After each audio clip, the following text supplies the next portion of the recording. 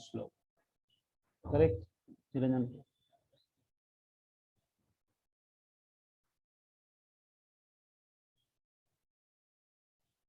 शिरोदधावमरदानवयुत्थपानाम् उन्मन्थन्ताम् अमृतलब्धयादिदेव पृष्ठेन कच्छपवपुर्विदधार गोत्रम् निद्राक्षणोद्रिपरिवर्तकशानकन्धु क्षीरोदधावमरदानवयुत्थपानाम् उन्मत्थनाममृतलब्धयादिदेव पृष्ठेन कच्छपवपुर्विदधार गोत्रम् निद्राक्षणोद्रिपरिवर्तकशानकन्धु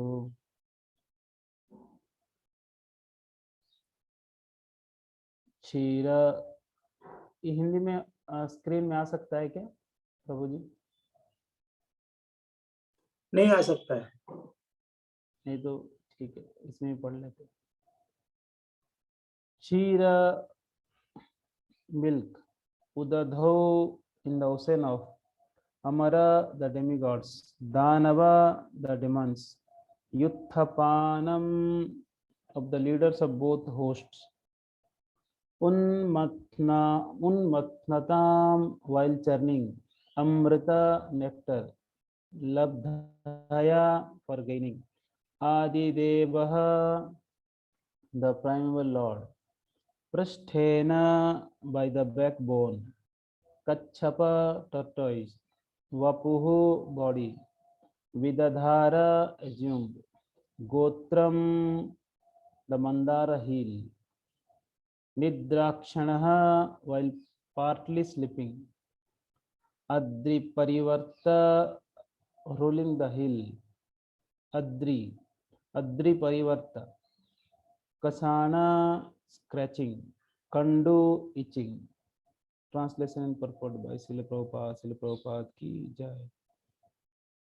Although it is not in our experience, translation, the primeval Lord then assumed the tortoise incarnation in order to serve as the resting place for the Mandar mountain, which was acting as a churning rod. The demigods and the demons were churning the ocean of milk with the Mandar mountain in order to extract nectar. The mountain moved back and forth, scratching the back of the Lord tortoise, who, while partially sleeping, was experiencing an itching sensation. Purport. Although it is not in our experience, there is a milk ocean within this universe. Even the modern scientist accepts that there are hundreds and hundreds of thousands of planets hovering over our heads, and each of them has different kinds of climatic conditions. Srimad Bhagavatam gives much information which may not tally with our present experience. But as far as Indian sages are concerned, knowledge is received from the Vedic literatures, and the authorities accept without any hesitation that we should look through the pages of authentic books of knowledge, Shastra Chakshurvat. So we cannot deny the existence of the ocean of milk as stated in the Srimad Bhagavatam, unless and until we have experimentally seen all the planets hovering in space. Since such an experiment is not possible, naturally we have to accept the statement of Srimad Bhagavatam as it is, because it is so accepted by spiritual leaders like Sridhar Swami, Jiva Goswami, Vishwanath Chakravarti, and others. The Vedic process is to follow in the footsteps of great authorities, and that is the only process for knowing that which is beyond our imagination. The primeval Lord, being all powerful, can do whatever he likes, and therefore he is assuming the incarnation of a tortoise or a fish for serving a particular purpose not at all astonishing. Therefore, we should not have any hesitation whatsoever in accepting the statements of the authentic scriptures like Srimad Bhagavatam. The gigantic work of churning the milk ocean by the combined effort of the demigods and the demons are required a gigantic resting ground or pivot for the gigantic Mandara hill. Thus, to help the attempt of the demigods, the primeval Lord assumed the incarnation of a gigantic tortoise swimming in the ocean of milk. At the same time, the mountain scratched his backbone as he was partially sleeping and thus relieved his itching sensation.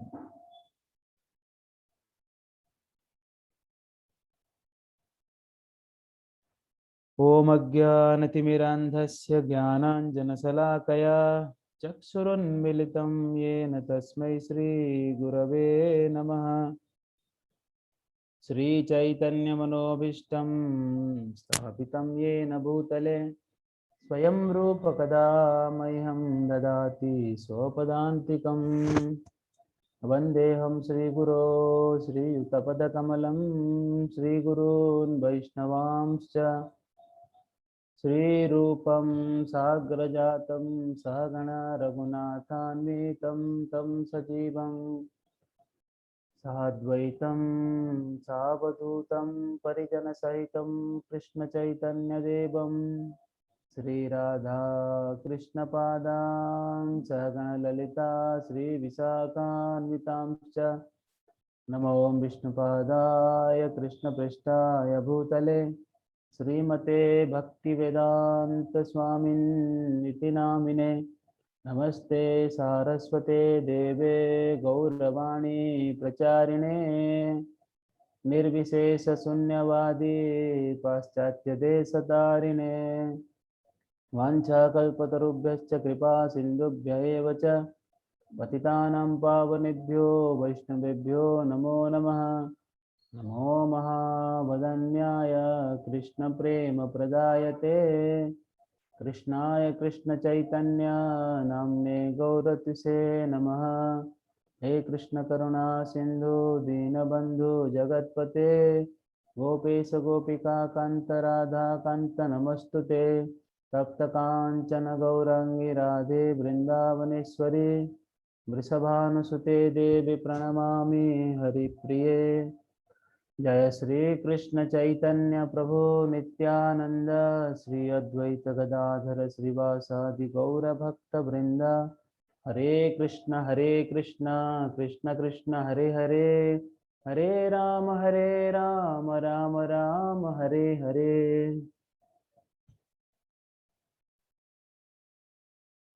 हरे कृष्णा। तो यहाँ पर वर्णन आता है श्री भगवान जी का कश्यप अवतार के बारे में। भगवान जी अनेकों अवतार लेते हैं। एते चाम सकलापम स कृष्णस्तु भगवान स्वयं इंद्रारी व्याकुलम लोकम हृदयंती युगे युगे। हर युग में इंद्र के शत्रुओं को परास्त करने या उद्धार करने, इंद्र को रक्षा करने तो बार बार भगवान आते हैं। अनेक अवतार लेते हैं, स्वतंत्र रूप से अलग अलग रूपों को लेते हैं। जैसे यहाँ पर श्रील प्रभुपाद जी बोलते हैं कि यहाँ कश्यप अवतार लिए कोई आश्चर्य की बात नहीं है, श्री भगवान कोई भी रूप में आ सकते हैं। भगवान स्वतंत्र है, इसलिए वो किसी भी रूप में आ सकते हैं। जैसे कि श्रीमद् भागवत के प्रथम श्लोक में ही कहा गया है, ओम नमो भगवते वासुदेवाय जन्माद्यस्य यतोन्मयाद् इतरतश्चार्थेषु अभिज्ञ स्वराट। स्वराट पूर्ण स्वतंत्र, तो पूर्ण स्वतंत्र है, इसलिए वो किसी भी रूप में आ सकते हैं, क्योंकि वो किसी कर्म से बंधित नहीं है कि ये कर्म किए तो ये प्रकार इस प्रकार के शरीर उनको प्राप्त होगा। जैसे कि हम कर्म करते हैं तो उच्च कुल में जन्म मिलता है, या शारीरिक सुंदरता मिलता है, शारीरिक बल प्राप्त होता है, बहुत धनवान बन जाते हैं, कोई ब्राह्मण घर में जन्म लिए हैं, या ऐसे सुविधाएं प्राप्त होते हैं कर्म के वजह से, या असुविधाएं भी जो प्राप्त होता है, कोई गरीब घर में है या कोई नीच जाति में है, कोई चंडाल परिवार में जन्म ले लिया, तो ये भी कर्म के अनुसार है। तो कर्म के अनुसार बद्ध जीव जन्म लेता है, पर भगवान स्वयं जो इस संसार से परे हैं, उन जिनको हम इंद्रियों से परे कहते हैं, उन भगवान को अधोक्षज कहा जाता है। वो अपने हिसाब से चुनते हैं कि मुझे किस रूप में और कहाँ पर आना है, कैसे आना है। जैसे यहाँ पर एक डॉक्टर थे, उनसे हम चर्चा कर रहे थे। एक डॉक्टर बैठे थे और भी बहुत सारे मेडिकल स्टाफ थे वहाँ, और वो डॉक्टर बहुत पुराने डॉक्टर है यहाँ के। मैं उनको कह रहा था भगवान कृष्ण के बारे में भक्ति करना चाहिए, और मुझसे तर्क कर रहे थे ऐसे कि हम मानते नहीं, हम आर्य समाज से है और हम निराकार को मानते हैं, भगवान के कोई आकार नहीं हो सकता। तो मैं उनको समझा रहा था, नहीं नहीं, भगवान कृष्ण है, वो आते हैं, अलग अलग अवतार लेते हैं। तो कह रहे थे कि नहीं नहीं, कृष्ण तो एक महापुरुष था, साधारण व्यक्ति था, ऐसे जन्म लिया, बहुत सारे कार्य किया और चला गया। तो मैं कहा नहीं, ऐसा नहीं, भगवान स्वतंत्र है और बहुत शक्तिशाली है, वो अपने हिसाब से प्रकट होते हैं। यशोदा मैया के गर्भ से वो बाहर चतुर्भुज रूप में प्रकट होते हैं, वो हमारे जैसा कोई साधारण जन्म नहीं हुआ। तो बोलते ये कोई लॉजिकल बात हुआ क्या, साधारण रूप से जन्म नहीं हुआ, अचानक बाहर चार हाथ में प्रकट हो गए। तो मैं कहा कि लॉजिकल अगर ये नहीं है तो मकर ध्वज हनुमान जी के पसीने से जन्म हुए, वो कैसे लॉजिकल हो जाएगा, है कि नहीं। नरसिंहदेव भगवान खंबे से निकल गए, वो लॉजिकल कैसे होगी। बराहदेव से ना, बराहदेव ब्रह्मा जी के नाक से प्रकट हो गए, तो ये कैसे संभव हो सकता है। मैंने कहा कि आप शास्त्र की बात करते हो, भगवान राम की बात करते हो, आप कृष्ण को नहीं मानते हो। आप इस शास्त्र में किसी भी कोने में किसी भी एक चीज को गलत बता दिए तो आप फंस जाओगे। ये पूरा के पूरा एक चेन है, किसी एक को खींचो तो पूरा के पूरा गिरने वाला है। तो इसीलिए आप अगर कोई भी चीज मना कर दोगे तो आप दूसरे चीज को प्रमाण नहीं कर सकते कि वो सही है। आप अगर कहोगे कृष्ण भगवान नहीं है, तो आप यही नहीं कह सकते कि भगवान राम भगवान है, क्योंकि दोनों के दोनों शास्त्र से वर्णित है। फिर आप राम सेतु देख ये नहीं कह सकते कि हमारा, हम हिंदू है, हमारा इतिहास गवाह है, राम सेतु है, भगवान राम आए थे, ये आप नहीं कह सकते। क्योंकि आप एक मानोगे एक नहीं मानोगे, ये अर्ध कुकुट न्याय नहीं चलेगा। हमारे बुद्धि के अंदर कुछ चीजें नहीं बैठते हैं, ये हमारा समस्या है। शास्त्र सब कुछ कह चुका है, इसलिए कोई भी व्यक्ति तर्क करने अगर आता है तो स्वाभाविक ही वो परास्त हो सकता है। हम तर्क करते नहीं वैष्णव, फिर भी अगर कोई ऐसे मनमानी करता है, कोई इधर उधर की बात करता है, ये संभव नहीं है उनको परास्त करना कि हमको सिद्धांत को गलत साबित कर दिया। क्योंकि वो शास्त्र के किसी भी कोने को अगर वो मानते हो तो फिर वो किसी भगवान कृष्ण है करके वो नकार नहीं सकते, क्योंकि शास्त्र प्रमाण है। जब हम शास्त्र से उनको मैं समझा रहा था, वो कहते निराकार। भगवत गीता में भगवान कहते हैं कि साकार को जो उपासना करता है वो व्यक्ति ज्यादा श्रेष्ठ है, क्योंकि निराकार मार्ग में बहुत कष्ट है। तो इसीलिए जब भगवत गीता खुद कह रहा है ये चीज को, जब भगवान खुद ही कह रहे हैं कि मन मना भव मत भक्तो, मेरा भक्त बनो, भगवत गीता कह रहा है, तो मैं डॉक्टर को समझा रहा था कि आप कैसे भगवत गीता को नकार सकते हैं। आप हिंदू कहते हैं, आर्य समाज के हैं, भगवत गीता लेके आप घूमते हैं और रामायण मानते हैं, भगवान राम की पूजा करते हैं, फिर आप कैसे भगवत गीता को नकारते हैं, ये शब्द, ये श्लोक को, जहाँ भगवान कहते हैं मन मना भव मत भक्तो, मेरा भक्त बनो। जब भगवान कहते हैं कि हम सर्वस्व प्रभु, वो सब कह चुके हैं। जो भागवतों में कहा जा चुका है कि भगवान कृष्ण भगवान है। जब ब्रह्म संहिता में ब्रह्मा जी कह देते हैं कि ईश्वर परम कृष्ण सच्चिदानंद विग्रह, आप इन श्लोकों को कैसे नकारोगे। तब वो बोले नहीं महाराज, इतना पढ़ता नहीं, शास्त्र जो भी सुनाओ बता दिया था। तो कहने का तात्पर्य है कि कई ऐसे ऐसे चीजें जो हमारे मन में बैठते नहीं है, प्रभुपाद वही पहले तात्पर्य में समझा रहे हैं, पहले पैराग्राफ में, कि ऐसे कई चीजें जो हम हमारे समझ के परे है। कई चीजें हैं ऐसे, जैसे दूध के समुद्र है, ये हमको समझ में नहीं आता है कि नहीं। अगर खारा पानी का समुद्र हो सकता है, मीठा पानी का नदी हो सकता है कि नहीं, एक छोटे से बीज में इतना बड़ा पेड़ रह सकता है, तो फिर समुद्र, खीर दूध का समुद्र क्यों नहीं हो सकता। तो दूध का समुद्र है जो हम देख रहे हैं, ये संसार, वो संसार बहुत छोटा है जो हम अभी देख रहे हैं, जिसको पृथ्वी कहते हैं या अर्थ कहते हैं, ये बहुत छोटा है। मेरू पर्वत हमारे पृथ्वी के बाजू में बहुत बड़ा मेरू पर्वत है, इतना बड़ा मेरू पर्वत जिसके ऊपर ब्रह्मा जी बैठते हैं, आप लोग पढ़े होंगे 5वां स्कंद में, जिसके ऊपर गंगा नदी प्रभाव होता है, चारों ओर गंगा नदी के कुछ छिटके गिरते हैं, है कि नहीं। और बड़े बड़े पहाड़ है, एक एक पहाड़ में ऐसे ऐसे पेड़ है, एक पेड़ के अगर एक आम गिर गया तो मैंगो जूस का नदी बह जाता है कि नहीं, आम के रस का नदी बह जाता है। ऐसे चीजें हैं, कई अद्भुत चीजें हैं जो हमारे समझ के परे हैं, वो हम नहीं समझ पाते हैं, हमारे मन के अंदर वो बैठता नहीं, हमारे एक मेंटल बॉक्स होता है उसके अंदर फिट नहीं होता है, तो हम बोलते हैं कि इम्पॉसिबल है, ये कैसे संभव हो सकता है, ये असंभव है। तो इसलिए कुछ असंभव नहीं है, सब कुछ दिया हुआ है। हमको शास्त्र से उसको स्वीकार करना है। श्रील प्रभुपाद इसी बात को समझा रहे थे, जो प्रामाणिक शास्त्र है उसको पढ़ के उसको स्वीकार करना है। अपने बुद्धि से समझने का प्रयास करेंगे, हम अपने शरीर को ही नहीं समझ सकते अपने बुद्धि से। इस प्रकार से शरीर दिया हुआ है, हम राइस दाल चपाती सब खाते हैं, वो अगर देखिए रक्त बनता है ना, लाल कलर का बन जाता है रक्त। ऐसा कोई फैक्ट्री तो नहीं है जहाँ से यहाँ से राइस डालो वहां से ब्लड निकलेगा। लोग नहीं तो क्यों चिल्ला रहे ब्लड डोनेट करो, रक्तदान शिविर क्यों खोलते हैं? क्योंकि वो रक्त कहीं बना नहीं सकते। भगवान क्या मशीन बनाए हैं? वो तो इंडोस्कोपी करा के आप कभी देखे होंगे अंदर क्या है, कचरा भरा हुआ है, कैसे शरीर दिखता है अंदर। फिर भी उस शरीर के अंदर देखिए वो राइस दाल चपाती जो भी वो खाता है, खाने की चीजें, तो बिल्कुल रक्त बन जाता है या शक्ति बनता है। वही हमारे मांसपेशियां बनते हैं, हड्डी बनता है, अलग अलग प्रकार के धातु बनते हैं। लेकिन वो भगवान ने क्या मशीन बनाया, ऐसा मशीन है कि नहीं? उसमें भी यहाँ से हम खाते हैं तो उसका मल मूत्र द्वार अलग बना दिए हैं, है कि नहीं? सब अलग अलग। और उसको डाइजेस्ट करने के लिए लिवर दे दिए हैं, पानी फिल्टर करने के लिए 2 मशीन लगा दिए, किडनी बोलते हैं आप, है ना? तो इस प्रकार से देखिए भगवान कितना अच्छा ये शरीर को बनाया जो हमारे समझ के परे है। भगवान हमको स्वाद चखने के लिए जीवा दे दिए, टेस्ट बर्ड्स होते हैं ना। नहीं तो अगर टेस्ट ही नहीं पता चलता तो आप तो 56 भोग ना लगाते, ना कोई फीस्ट होता संडे को, है कि नहीं? सिर्फ खिचड़ी मिलता पेट भरने के लिए। भगवान ने टेस्ट बर्ड्स दिए ताकि स्वाद करो। बड़ा अद्भुत है ये संसार, कभी गौर से सोचिए, हर चीज अद्भुत लगेगा, हर चीज अद्भुत लगेगा। अगर छोटे से छोटे कीड़े को भी देखिए, उसका भी एक सिस्टम बना हुआ है उसके शरीर में, है कि नहीं? कुछ कुछ पशु ऐसे हैं जो सूंघ के चीजों को समझते हैं, कुछ जो है धरती के हिलने से उनको, वाइब्रेशन से उनको समझ में आता है कि क्या चल रहा है। कुछ चीजें देख के, कुछ प्राणी देख के सीखते हैं, देख के वो समझ में आता है क्या चल रहा है कि नहीं? कुछ चख के करते हैं कि क्या है। और आप देखेंगे कुछ जीव है, एक प्रकार के जीव है जो सीधा ऊपर से आहार डालते नीचे जाता है। कुछ प्राणी है जो सीधा आहार डालते हैं कि नहीं, सीधा मल त्याग कैसे यहाँ से जाते हैं सीधा। और कुछ प्राणी है नीचे से आहार लेते हैं, ऊपर से उनका फल प्राप्त होता है, जैसे पेड़ पौधे हैं।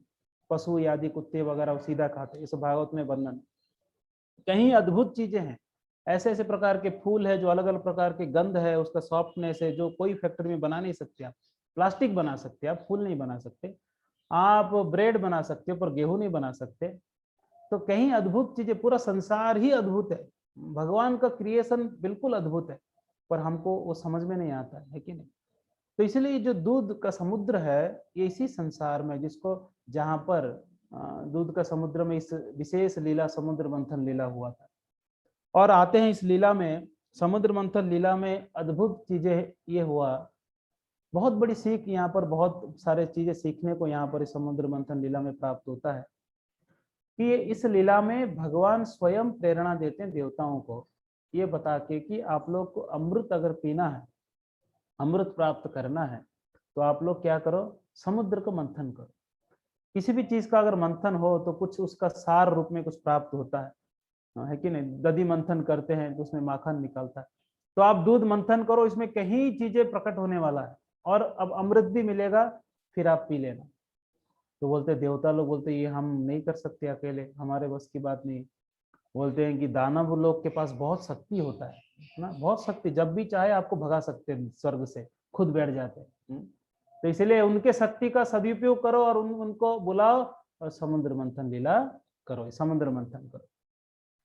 तो देखिए यहाँ पर इंद्र जो है वो श्रेष्ठ है करके कहीं ना कहीं उनको थोड़ा ये महसूस होता, फीलिंग होता है मैं बड़ा श्रेष्ठ हूँ, मैं किसी के सामने नहीं झुकूंगा। इंद्र को बोलते जाओ राक्षसों के सामने उनको रिक्वेस्ट करो कि समुद्र मंथन लीला करेंगे, और वहां पर थोड़ा पॉलिटिक्स करो, राजनीति करो, उनको बाहर से प्रेम से ऐसा बोलो कि उनको अमृत मिलेगा पर बाद में अमृत मत देना। भगवान सिखाते हैं उनको, देखिए भगवान सिखाते हैं, बोले कैसे? एक उदाहरण दिया जाता है कि जैसे कि चूहा और सांप दोनों अगर जाल में फंस गए, तो सांप बोलता है कि चूहा तुम जाल काट दो फिर हम दोनों चले जाएंगे, ठीक है नहीं, मैं तुमको मारूंगा नहीं, ऐसे वो कहता है ना। और जैसे ही चूहा काटेगा तो सांप उसको खा जाएगा। तो यही न्याय है, तुम पहले उनको बोलो कि आओ समुद्र मंथन लीला कर, समुद्र मंथन करते अमृत प्राप्त होगा। तो जब राक्षसों के पास इंद्र जाते हैं और उनको निवेदन करते हैं, तो राक्षस भी समझ जाते हैं कि ये तो बिना हथियार का इंद्र आया है, यानी कुछ ना कुछ यहाँ वो राजनीति करने आया है यहाँ, संधि करने आया होगा, नहीं तो बिना हथियार का क्यों आया है, लड़ने आता है तो जनरल। और वो सब राजी हो गए और समुद्र को मंथन करना है तो मंदराचल पर्वत को चर्निंग रॉड, दंड के समान, जो मथनी के समान उसको व्यवहार में लाना था। तो देवता और दानव दोनों जाकर मंदराचल पर्वत को उठाए। देखिए ये लीला शुरू होता है भगवान से ही, और इस लीला में भगवान का रोल देखिए कितना है। किसी भी कार्य को संपन्न करने के लिए प्रेरणा, उति, इंस्पिरेशन भगवान देते हैं। हमारे मन में कोई भी आइडिया आता है भगवान की सेवा के लिए, कोई भी किसी भी प्रकार के अगर कोई विचार आता है, कोई नया आइडिया आता है कुछ करने के लिए, समझ जाइए ये भगवान ही है, भगवान ही है। भगवान ही प्रेरणा देते हैं। हमको लगता होगा मैं बुद्धिमान हूं, मेरे आइडिया में ऐसा है, नहीं नहीं, जो भी हम विचार कर सकते हैं, जो भी चीजें हम प्लान कर सकते हैं, वो सब कुछ भगवान प्लान करते हैं, और सब कुछ शास्त्रों में भी है। इसलिए जो भी व्यक्ति जितना भी बुद्धि को कितना भी वो यूज कर ले, उसको व्यास उच्चिष्ट कहते हैं। पहले से व्यास देव जी सब कुछ लिख चुके हैं, वो जो भी चीजें सोच सकता है इस प्रकार से। तो यहाँ पर भगवान उनको प्रेरणा देते हैं, और दोनों दानव और देवता मिलकर मंदराचल पर्वत को उठाने का प्रयास करते हैं, पर सब लोग उसी के नीचे दब के सब लोग मर जाते हैं, कुछ लोग घायल हो जाते हैं। तो भगवान छोड़ नहीं दिए वहां पर। देखिए एक लीडरशिप के हिसाब से भी देखिए तो भगवान कितने अच्छे लीडर है। कोई काम अगर दिए हैं तो मदद करने के लिए बीच बीच में आते हैं। हम लोग जनरली होते ना, किसी को सेवा दे दिए, अगर उनसे नहीं हुआ तो भगा देते, चल भागो यहाँ से, कोई काम के नहीं हो, किसी और को लगा दो। पर भगवान हेल्प करने के लिए बीच में आते हैं। ऐसा नहीं सेवा दे दिया और बिल्कुल भूल ही गया, वो कर रहा है नहीं कर रहा है, वो क्या कर रहा है, मर रहा है, जाने दो। और या तो बोलेगा कि प्रभु जी सेवा दे दिया, मेरे से हो नहीं रहा है, बताओ क्या करना है। बोलते तुम अयोग्य हो, देख लो क्या करना है। या तो गलती करने पर ऐसा नहीं कि हाँ अरे बिल्कुल हाँ डांट देना कि तुम बेकार आदमी, कुछ करता नहीं। भगवान का लीडरशिप देखिए, प्रोजेक्ट दिए हैं पर साथ में खड़े भी हैं हेल्प करने के लिए, करवा रहे उनसे, कर नहीं रहे हो, पर हेल्प करने के लिए, सपोर्ट के लिए हमेशा रहते हैं कि मैं हूं, चिंता मत करो, काम करते रहो, मैं हूं। तो मंदराचल पर्वत को भगवान गरुड़ जी पे आते हैं, मंदराचल को उठाते हैं और उठा के गरुड़ जी पे रख देते हैं, और उन लोग को बिल्कुल अपने दृष्टि से भगवान आशीर्वाद दे के सबको वापस जीवित कर लेते हैं। अब गरुड़ जी इतने शक्तिशाली है, गरुड़ जी बहुत पावरफुल है। गरुड़ जी के जो उनके पंख फटफट होते हैं तो उसमें वेद मंत्र उच्चारण, वेद मंत्र प्रकट होता है। बहुत पावरफुल है गरुड़ जी, और बहुत तेजी से जाते हैं गरुड़ जी। भगवान गजेंद्र जी को बचाने के लिए जब वैकुंठ से आते हैं, गरुड़ करके बुलाते हैं, गरुड़ बुलाते हुए ये गरुड़ 3 शब्द उच्चारण करते करते गरुड़ जी पहुंच गए थे गजेंद्र के पास भगवान को लेके। तो समझिए कि कितना तेजी से गरुड़ जी जाते हैं, इट्स वेरी पावरफुल। इसलिए गरुड़ जी को विशेष पूजा होते हैं। गरुड़ जी, हनुमान जी, सुदर्शन जी, ये लोग बहुत स्पेशल भक्त है भगवान को, बहुत पावरफुल है। अभी गरुड़ जी जो स्वर्ग से वो कहते हैं कि स्वर्ग होते हुए अगर कभी उड़ के जाएंगे तो देवताओं का धोती उड़ जाता है, इतना तेजी से वो उनके हो जाते हैं। बहुत पावरफुल, पूरा ब्रह्मांड को उठा सकते हो, भगवान के वाहन है। तो गरुड़ जी के ऊपर मंदराचल को रख के भगवान जाते हैं क्षीर सागर में। वहां भगवान का और एक रूप वहां प्रकट होता है जिसमें मंदराचल पर्वत को उठाते हैं। फिर मंदराचल पर्वत को लेकर समुद्र के दूध के सागर में रख देते हैं, और समुद्र मंथन के लिए वासुकी नाग को बुलाया जाता है, और सर की ओर पकड़ते हैं देवता, पूंछ की ओर पकड़ते हैं दानव। समुद्र मंथन शुरू हो गया तो देखा गया कि धीरे धीरे वो क्या हो रहा था, पर्वत अंदर अंदर नीचे धस रहा था। दूध का समुद्र है तो कुछ तो बैलेंस के लिए चाहिए नीचे, कुछ तो आधार चाहिए। तो वापस ये देवताओं के बस की बात नहीं था, ना ये दानवों के बस की बात था। अमृत तो पीना उनको था, पर ये भगवान, ये कार्य भगवान ही कर सकते हैं। इसलिए भगवान वहां पर कश्यप अवतार के रूप में प्रकट होते हैं, और उस मंदराचल पर्वत को आधार के रूप में उसको रखते हैं। देखिए भगवान वापस सपोर्ट किए यहाँ पर, कश्यप अवतार लिए, वो नहीं छोड़ दिए तुम लोग से होगा नहीं तो जाओ, है कि नहीं। तो ऐसा नहीं, वो उनको वापस सपोर्ट देते। भगवान बहुत दयालु है, वापस उस कश्यप अवतार के रूप में मंदराचल पर्वत को आधार देते हैं, और समुद्र मंथन होने लगता है। तो जब इतना बड़ा पर्वत जब वहां भगवान की पीठ पे जब वो ऐसे घिस रहा था, तो जैसे भगवान को लग रहा था खुजली हो रहा है, और उनको भगवान को बड़ा आराम मिल रहा था, बड़ा आराम मिल रहा था कि अरे वाह। जैसे पीछे अगर पीठ में कोई मसाज करता है, ऐसे ऐसे खुजलाता है, कोई ऐसे सर खुजलाता है, तो कैसा लगता है, बड़ा अच्छा आराम लगता है ना, नींद आ जाता है कभी कभी। तो वैसे ही भगवान को जब मंदराचल पर्वत उनके पीठ में ऐसे घिस रहा था, है कि नहीं, मंथन हो रहा था, तो भगवान को बिल्कुल आराम से नींद आ गया। बहुत अच्छा मसाज हो रहा है। जैसे खुजली होने से, खुजलाने से अच्छा लगता है, वैसे भगवान का इचिंग सेंसेशन बहुत अच्छा लग रहा था उनको।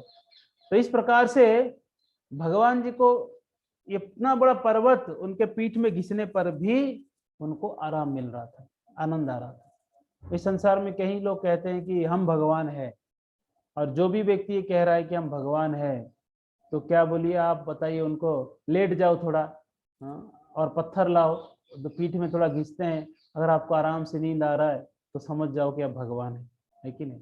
अगर आपको नींद नहीं आ रहा है तो आप भगवान नहीं हो। भगवान लीलाएं करते हैं अनेकों ऐसे। तो इस प्रकार से भगवान वहां पर प्रकट होकर आधार बनते हुए उस मंदराचल पर्वत को धारण करते हैं, और उसके ऊपर समुद्र मंथन लीला होता है। फिर दानव कहते हैं कि अरे तुम लोग देवता लोग, हमसे छल कर दिए और सांप का सर पकड़ लिए, हमको पूंछ दे दिया, हम क्या निकृष्ट है, हमको पूंछ दे दी। तो बोलते हैं भगवान उनको अजित के रूप में, भगवान स्वयं यहाँ पर उस समय के अवतार थे अजित। अजित उस समय के युग अवतार थे। तो अजित रूप में जो भगवान थे वहां, वो कहते हैं कि ठीक है, आप लोग पूंछ पकड़ लो, देवता लोग, दानवों को सर दे दो, मुंह की ओर दे दो, पकड़ के मंथन करने दो। और वो समुद्र मंथन हुआ तो हलाहल विष प्रकट हुआ, है कि नहीं, और इतना अग्नि प्रकट हो रहा, तो शाम के मुंह से तो दानव ऐसे ही काले थे और काले पड़ गए। और वहां पर समुद्र मंथन में जब ये विष निकलता है, तो भगवान महादेव जी को बुलाते हैं, महादेव जी को विष पान कराते हैं। और मंदराचल पर्वत हिल रहा था, है कि नहीं, भले ही आधार था पर वो बैलेंस नहीं हो रहा था। स्वयं भगवान उस मंदराचल पर्वत के ऊपर वापस बैठते उसको बैलेंस करने के लिए। नीचे भी भगवान है, समुद्र मंथन में भी भगवान थे अजित के रूप में देवताओं के साइड में। और कहते हैं कि देवता और दानवों के अंदर शरीर में उत्साह के रूप में, शक्ति के रूप में स्वयं भगवान निवास कर रहे थे। नहीं तो कोई ये कर नहीं सकता इतना बड़ा कार्य को। मंदराचल पर्वत के ऊपर भगवान थे, मंदराचल को लेके आने वाले भगवान थे, इसका प्रेरणा देने वाले भगवान थे। भगवान का देखिए कितने जगह उनका हाथ है। और वहां पर विष जब आ गया, हलाहल विष, तो बोले महादेव जी को बुलाइए, महादेव जी की महिमा बताने संसार को। तो महादेव जी को जाके प्रार्थना करते हैं, तो महादेव जी सारे विष को क्या करते हैं, पान कर लेते हैं। सारे विष को पान कर, थोड़ा बहुत नीचे गिर गया, जो भी कीड़े मकोड़े खा लिए तो जहरीला हो गए। सारे विष को कंठ में धारण करते, इसलिए नीलकंठ उनका नाम पड़ जाता है। और समुद्र मंथन में ऐसे अनेकों चीजें प्रकट होते हैं, लक्ष्मी माता भी प्रकट होते हैं, और भी चीजें प्रकट होते हैं, सब देवता दानव बांट के लेते हैं। और लास्ट में क्या प्रकट होता है, धन्वंतरी जी अमृत लेकर प्रकट होते हैं। भगवान वापस धन्वंतरी के रूप में प्रकट होते हैं। देखिए कितने सारा रूप ले ली भगवान एक ही लीला में, कितने सारे रूप ले लिए। और धन्वंतरी के रूप में जब भगवान बाहर आते हैं और प्रकट होकर अमृत का कलश लेके आते हैं, तो दानव लोग क्या करते हैं, उस अमृत कलश को छीन के ले लेते हैं। ये छीनने का जो प्रवृत्ति है, ये दानवों की प्रवृत्ति है, राक्षसों की प्रवृत्ति है कि नहीं। हम लोग भी अगर छीनना, किसी और का दिया हुआ चीजों को छीन लेना, दूसरे की संपत्ति को छीन लेना, लूट लेना, जैसे कि शास्त्रों में कहा गया है, मात्रवत परदारेशु परद्रव्येशु लोष्टवत। लोष्टवत यानी कंकड़ पत्थर के समान मानिए दूसरे की संपत्ति को। तो अगर कोई व्यक्ति दूसरी संपत्ति को छीनता है, वो दानव है। कुछ लोग बोलेंगे हम तो छीनते नहीं, बड़े अच्छे लोग हैं। आप ईमानदारी से छीनो, आप शांति से छीनो या गुस्से से छीनो। कुछ लोग तो चीटिंग करते हैं ना, धोखा धोखा देते हैं दूसरों को, अलग अलग माध्यम से लोगों को धोखा देके लोगों का धन को छीनते हैं, है कि नहीं। कोई अगर व्यापारी है, 50 रुपए की चीजों को अगर 500 रुपए में बेच रहा है कि नहीं, तो वो क्या कर रहा है, वो बोल रहा है, सोच रहा होगा मैं मेरा कर्म कर रहा हूँ, व्यापार में झूठ बोलना पड़ता है, पर झूठ नहीं, वो लूट हो रहा है कि नहीं। वो छीनना है दूसरे के धन को, वो छीनना है। कोई अगर डॉक्टर है, वो पेशेंट को डरा देगा, ये लो, अगर तुम क्या बोलते हो, चेकअप नहीं कराओगे तो तुम ये हो जाएगा तुमको, ये तुम ये कराओ, वो कराओ, ये इतना औषध लो। बिना कारण का, आज एक भक्त बता रहे थे कि बिना कारण का एक व्यक्ति को 3-4 दिन तक एडमिट करे थे। वो परेशान होकर फोन किया था कि अरे प्रभु जी, इसको कुछ हुआ ही नहीं, ना वेंटिलेटर पे रखे हैं, ना कुछ आईसीयू में डाल के रख दिए, ऐसे ही खाली है, लेटी हुई है। उनकी पत्नी थी और ऐसे ही परेशान कर रहे हैं लोग, देखो। तो इस प्रकार से अगर वो कर रहे हैं, कोई और दूसरे माध्यम से, कुछ लोग भागवत कथा करके भी लूटते हैं, है कि नहीं। भागवत कथा कर लिया, 5 लाख दक्षिणा दो, हम कथा करेंगे, नहीं तो हम कथा नहीं करेंगे। तो इस प्रकार से किसी भी माध्यम से जो दूसरे की संपत्ति को लूटता है, छीनता है, वो दानव है। वो दानव है।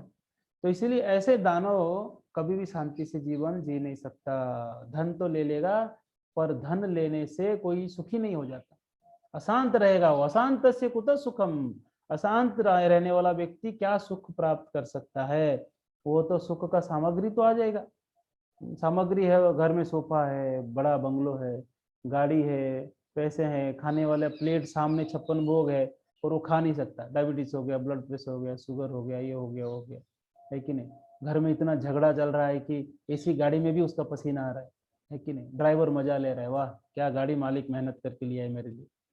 तो इसीलिए धन की सामग्री आप कितना भी इकट्ठा कर लो, को बहुत लोग कहते हैं ना, महाराज जी हमारा एक फ्लैट इधर, एक फ्लैट उधर, एक घर इधर, एक उधर, सब इकट्ठा कर लिया, अशांत बैठा है, अशांत बैठा है। तो यहाँ पर दानव जो है, समुद्र मंथन लीला में देखते हैं आप कि वो धनवंतरी जी से अमृत का कलश छीन के ले लेते हैं। पर छीन के लेने से कोई सुखी हो जाएगा? वो अमृत पी पाए छीन के लेके? नहीं, क्योंकि उनके अंदर द्वेष भरा हुआ था, उनके अंदर अहंकार भरा हुआ था। इसलिए वो एक दूसरे को क्या कर रहे थे, झगड़ा लग रहे थे, छीन रहे थे। मुझे दे दो पहले कलश, अहम पूर्व, मैं पहले, मैं पहले, मैं पहले पीऊंगा, मैं पहले पीऊंगा, है कि नहीं। अहम पूर्व, अहम पूर्व। तो सब लोग वो कलश को छीन रहे थे, छीनते छीनते पी नहीं पाए वो। तब वहां पर भगवान स्वयं वापस और एक रूप लेकर प्रकट होते हैं, धनवंतरी के रूप में प्रकट, मोहिनी मूर्ति के रूप में प्रकट होते हैं। इतना सुंदर स्त्री के रूप में प्रकट होते हैं वहां पर, कितना सुंदर स्त्री के रूप में। और वहां पर भगवान पहुंचते हैं तो सारे दानव देख के बड़े मुग्ध हो जाते हैं। अब देखिए, भगवान जब स्त्री का रूप लेंगे तो किसको मुग्ध नहीं कर सकते। पूरा ब्रह्मांड को आकृष्ट करने वाले कृष्ण जब स्त्री का रूप लेंगे तो किसी को भी आकृष्ट कर लेंगे। और ये दानव लोग ऐसे भी तो इंद्रियों का संयम नहीं है, और जैसे ही भगवान के सुंदर स्वरूप को देखते हैं स्त्री के रूप में, तुरंत आकृष्ट हो जाते हैं और उससे बहुत सारे बातें करते हैं, बहुत गुणगान करते हैं उसका, और कहते हैं कि हे सुंदरी, ये लो कलश, तुम बांटो। वो बोलते, अरे जानने पहचानने में कहाँ से आई हूँ, कुछ पता नहीं, और अचानक कलश दे के बोलते हो बांटो। अगर मैं धोखा दे दी तो? बोलते हाँ, हमारा तुम्हारे पर बहुत विश्वास है, बहुत विश्वास है, बिल्कुल तुम कुछ नहीं करोगे, तुम बहुत सुंदर हो, और हम बहुत प्रेम करते हैं, हम आपको, ले लो कलश, ले लो, बांटो, है कि नहीं। और विश्वास से दे दिए। तो भगवान बोले ठीक है, जाओ नहा धो के आ जाओ, सब लोग लाइन से बैठ जाओ, प्रसाद बंटेगा अभी इनको। सबको लाइन से बिठा दिए, और भगवान देवताओं को पिला देते थे और दानवों को देख के से मुस्कुराते थे, और उनका स्माइल इतना मधुर था उनका। तो वो हंसते हुए चेहरा देखकर सब दानव मुग्ध हो जाते थे, मोहित हो जाते थे। तो इसीलिए वो अमृत पी रहे नहीं पी रहे ध्यान ही नहीं दिए। राहु थोड़ा धोखा देने के प्रयास किया, उसका सर कट गया। तो इस प्रकार से भगवान ये अद्भुत लीला जो करते हैं, ये अद्भुत लीला में भगवान बार बार प्रकट होते हैं, कश्यप अवतार के रूप में, मंदराचल पर्वत के एक रूप में बैठते हैं, अजित के रूप में वहां प्रकट होते हैं, और एक रूप में मंदराचल पर्वत को उठा के लेके आते हैं, और भगवान धन्वंतरी के रूप में आते हैं, भगवान मोहिनी मूर्ति के रूप में आते हैं। इस एक ही लीला में भगवान के अनेकों स्वरूप, अनेकों रूप यहाँ पर देखने को प्राप्त होता है। तो इसलिए ये विशेष लीला भगवान की दया कृपा है कि इस प्रकार से लीलाएं करते हैं, ताकि हम लोग उसका स्मरण कर सकें, मनन कर सकें, और भगवान की लीलाओं का चिंतन करते हुए हम कृष्ण भावना भावित हो सके। तो इसलिए इस प्रकार से इस लीला है, कश्यप अवतार के बारे में यहाँ वर्णन किया गया है। और खास करके ये तात्पर्य में प्रभुपाद जी एक चीज को ज्यादा जोर देते हैं कि शास्त्र चक्षु, यानी हमको शास्त्र पढ़ के ये चीजों को समझना है। अपने विचार से हम अगर, जिसको स्पेकुलेशन कहते हैं, हम खुद अगर स्पेकुलेट करने के प्रयास करेंगे, मैं उसको उसको हिंदी में क्या कहेंगे, मनोकल्पना, या जो भी स्पेकुलेशन को कहेंगे, वो अगर ऐसे सोचेंगे मैं स्पेकुलेट करके कुछ सीख जाऊंगा, मेरे बुद्धि से मैं सीख जाऊंगा, ये असंभव है। खुद के बुद्धि से हम कुछ नहीं सीख सकते, गुरु की कृपा चाहिए, आचार्यों का, आचार्यों के द्वारा दिया हुआ प्रामाणिक ग्रंथ, उससे हमको सीखना चाहिए। क्योंकि ज्ञान प्राप्त करने के लिए 3 प्रकार के प्रमाण होते हैं, उसी 3 प्रकार के प्रमाण से ज्ञान प्राप्त करना चाहिए, है कि नहीं? आप लोग सुने होंगे प्रत्यक्ष प्रमाण, अनुमान प्रमाण और शब्द प्रमाण। प्रत्यक्ष प्रमाण यानी सीइंग इज बिलीविंग कहते हैं, देखा तो ही विश्वास करूंगा, है ना, देखा तो ही विश्वास करूंगा। जैसे मैं देख रहा हूं कि आप लोग सब यहाँ पर बैठ के कथा सुन रहे हैं, तो मैं विश्वास कर पाऊंगा। जिनका वीडियो बंद है मैं विश्वास ही नहीं करूंगा कि सुन रहे हैं। हो सकता है कोई कोई ऑडियो चालू करके कुकिंग कर रहा हो कोई मोबाइल चालू करके चला ही गया हो कहीं, हो सकता है। सीइंग इज बिलीविंग, जिनका वीडियो ऑन है वो सुन रहे हैं, है कि नहीं? तो तो इस प्रकार से ये प्रत्यक्ष प्रमाण है, सामने प्रमाण है तो ही विश्वास करेंगे। तो अनुमान प्रमाण क्या है? मैं अनुमान लगाऊंगा, नहीं नहीं भक्त लोग ऑनलाइन आए तो सुन ही रहे होंगे, ये अनुमान लगा सकता हूँ। तो अनुमान लगाना सही नहीं होता है, क्योंकि अनुमान कभी कभी गलत भी हो जाता है। हम अनुमान लगा के बोल रहे होंगे कि सब सुन रहे हैं, पता चला कि कोई नहीं सुन रहा है इसलिए अनुमान प्रमाण कभी ठीक नहीं होता। तो स्पेकुलेट नहीं कर सकते, या मैं स्पेकुलेट करूंगा कोई नहीं सुन रहा है, हो सकता है बेचारे ईमानदारी से सब ईयरफोन लगा के सब सुन रहे हो। तो इसीलिए स्पेकुलेशन करना हमेशा गलत साबित होने की संभावना रहता है। तो इसलिए कहते हैं डोंट स्पेकुलेट। जो ये कल्पना से कुछ प्राप्त होने वाला नहीं है। एक बार एक व्यक्ति लंगड़ाते हुए चल के जा रहा था, तो वहाँ एक कॉन्फ्रेंस मीटिंग चल रहा था, कांच का दरवाजा था, और वहाँ पर कुछ डॉक्टर लोग की सम्मेलन ही चल रहा था। तो देखा कोई व्यक्ति, और एक डॉक्टर कहता है बताओ ये लंगड़ाते हुए जा रहे हैं, इसको क्या बीमारी हो सकता है? तो उसने कुछ नया नाम बताया, दूसरा कोई और नाम, कुछ और नाम बताया, सब उनके भाषा से अलग अलग बीमारियों का नाम बताते। एक डॉक्टर बोलता है उसको, अरे इतना स्पेकुलेट मत करो, उसको बुला के पूछ लेते हैं उसको क्या हुआ है। और उनको जब बुला के पूछते हैं, बोलते हैं क्या बीमारी हुआ है? बोलते हैं चप्पल टूट गया था इसलिए लंगड़ाते हुए जा रहा हूँ, है कि नहीं? तो इसीलिए स्पेकुलेट करने से निर्णय गलत हो सकता है। हम सोचते हैं कुछ और, होता कुछ और है। कभी कभी कोई कोई सामने आता है, अगर वो मुस्कुरा रहा है तो हम सोचते हैं कि ये मेरा मजाक उड़ा रहा है कि नहीं? अब कोई कोई व्यक्ति अगर नहीं हंसता है तो हम सोचते हैं कि ये नाराज है हमारे ऊपर, मुंह लटका के आ गया। तो हम सोचने लगते हैं कि वो क्या सोचता है। तो इसलिए यहाँ ये मत कभी मत सोचिए कि दूसरा व्यक्ति क्या सोचता है। दूसरे को जज करने के प्रयास करते हैं, स्पेकुलेट करते हैं, कुछ चीजें हम स्पेकुलेट करते हैं। क्या चल रहा है सच्चाई को जाने बिना ही हम स्पेकुलेट कर लेते हैं। तो ये जो कल्पना करते हैं लोग या स्पेकुलेट करते हैं, ये कुछ चीजें हो सकता है सही आ जाए अपने आप ऐसे, पर ये ऑथराइज सोर्स नहीं है कोई ज्ञान प्राप्त करने के लिए, ऑथराइज सोर्स नहीं है। तो ऐसा भी नहीं है कि आप बोलेंगे मैं नहीं मानता हूँ, हम बोलेंगे अरे दूध का समुद्र है, मैं नहीं मानता हूँ। अरे बोलते अरे रामायण हुआ था राम से, तो मैं नहीं मानता हूँ। तो आप मानने नहीं मानने से कुछ नहीं होता, जो प्रमाण है शास्त्र में उसको मानना है। हाँ, हमारे मन से हमको नहीं समझ में आया, हमको नहीं जम रहा है तो हम नहीं मानते। तो ये ठीक बात नहीं है ऐसा। और दूसरा है प्रत्यक्ष प्रमाण, यानी सीइंग इज बिलीविंग, जो दिखता है वही सही है, इसमें भी मत जाइएगा। आप बोलेंगे मैं देखूंगा तभी विश्वास करूंगा। अब बताइए आप लोग कितने लोग हैं जो कि अमेरिका के राष्ट्रपति को देखे हैं, है कि नहीं, फिर भी विश्वास करते हैं कोई है करके। कितने लोग हैं जो कि हम ऐसे ऐसे चंद्रमा पे गए हैं, नहीं फिर भी हम विश्वास करते हैं, है कि नहीं? तो कुछ बोल दिए साइंटिस्ट तो विश्वास कर लेते हैं। तो इसीलिए कई चीज ऐसे है जो कि देखे, जो दिखता है वो होता नहीं है। आप अगर सूर्य को देखेंगे फुटबॉल के समान दिखता है, पर उसका साइज काफी बड़ा है ना, फुटबॉल के समान नहीं है। आप साइंस में पढ़ते होंगे, बचपन में बुक्स में आता था, पानी के अंदर लकड़ी डालो तो वो टेढ़ा दिखता है। तो हालांकि लकड़ी टेढ़ा नहीं होता है, पर वो दिखता पानी में टेढ़ा दिखता है कि नहीं? लकड़ी में समस्या नहीं है, पानी में समस्या नहीं है, हमारे देखने में समस्या है। तो इसीलिए जो दिखता है वो सही होता है, ये कोई गारंटी नहीं है। इसमें आप ज्ञान नहीं ले सकते। मैं बिल्कुल आत्म साक्षात्कार कर लूंगा, जो देखूंगा उससे विश्वास करूंगा। भगवान को दिखाओ, भगवान कहाँ है? ऐसा नहीं होता है। साक्षात्कार करना पड़ता है। हवा भी आप नहीं दिखा सकते, उसको महसूस कर सकते हो। ध्वनि को नहीं दिखा सकते, मैं कह रहा हूँ आप मुझे देख सकते, मेरे ध्वनि को नहीं देख सकते, पर विश्वास करते हैं हम, लेकिन महसूस कर पाते हैं। तो इसीलिए प्रत्यक्ष प्रमाण, अनुमान प्रमाण, ये इससे आध्यात्मिक ज्ञान नहीं लिया जा सकता। शब्द प्रमाण, शब्द प्रमाण यानी प्रामाणिक स्रोत से सुनना। जैसे कि माँ बच्चे को बोलती है ये लो पापा बोलो इसको, ये पापा है, तो माँ कह रही है इसलिए वो बच्चा पापा पापा बोलना शुरू करता है कि नहीं? वो बच्चा बोलेगा नहीं मैं सबका डीएनए टेस्ट करूंगा, फिर चेक करूंगा कौन मेरा बाप है, तो फिर गड़बड़ हो जाएगा, है कि नहीं? प्रामाणिक स्रोत तो माँ है, माँ कहेगी ये पिताजी तो पिताजी।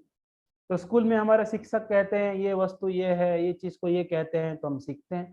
प्रामाणिक स्कूल में जाते हैं, प्रामाणिक चीजें सुनते हैं और सीखते हैं।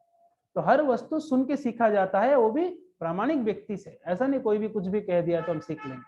तो शब्द प्रमाण यानी आचार्यों से, शास्त्रों से, वेद से, भागवतम से, भगवत गीता से जो हम सुनते हैं हम सीखते हैं। वो उसको आप आंख बंद करके विश्वास कर सकते हैं। और उसको आप रिसर्च करने जाएंगे, कई साल बीत जाएगा।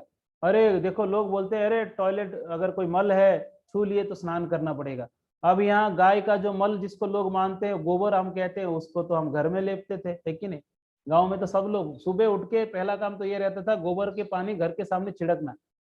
उसका लॉजिक तो हमको तब पता नहीं चल रहा था कि वो तो आध्यात्मिक है ही, उसमें बहुत लाभ है।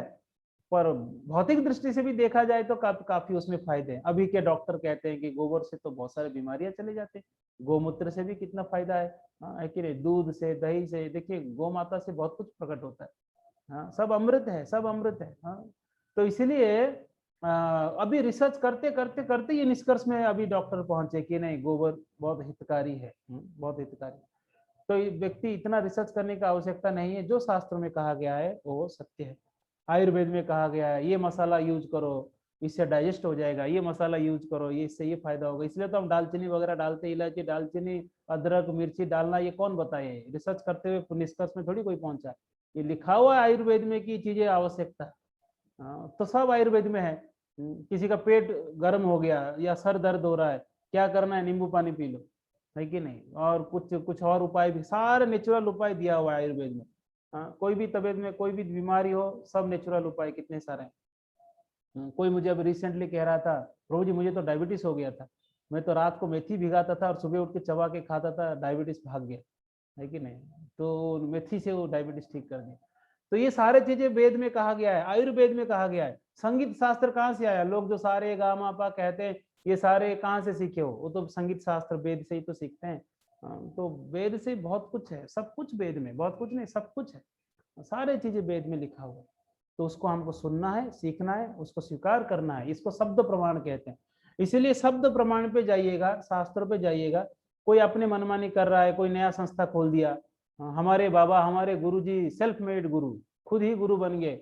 वो रात को स्टेशन में बैठे थे, उनको ज्ञान मिल गया। अब स्टेशन से ज्ञान प्राप्त होगा तो फिर गुरु कहाँ जाए। हाँ, कोई बोलता है हमारे बाबा 25 साल तपस्या किया, अभी पानी में चल रहे हैं, हमारे बाबा से आशीर्वाद लो, दीक्षा लो, हमारे सिद्ध बाबा है। नहीं, ये सब बकवास में मत सुनिएगा।